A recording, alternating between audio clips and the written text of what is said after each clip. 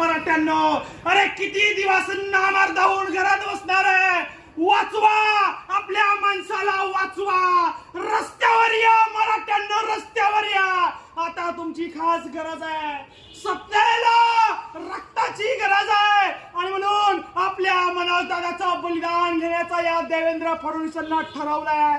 मराठ्यांना जागे व्हा, बाहेर या. आपल्या छत्रपती शिवाजी महाराजांचा अपमान आहे, आपल्या माणसाचा जीव धोक्यात आहे. एक मराठा, एक मराठा, एक मराठा, एक मराठा, एक मराठा, एक मराठा, एक मराठा. अरे आमचा एन्काउंटर करा, आम्हाला फाशी द्या. आम्ही आता आत्महत्या करून मरणार नाही. तहसीलदाराची खुर्ची जाळून या ठिकाणी आमचा एन्काउंटर तुम्ही करा. आम्ही आता लढणार आहे, मायार घेणार आहे.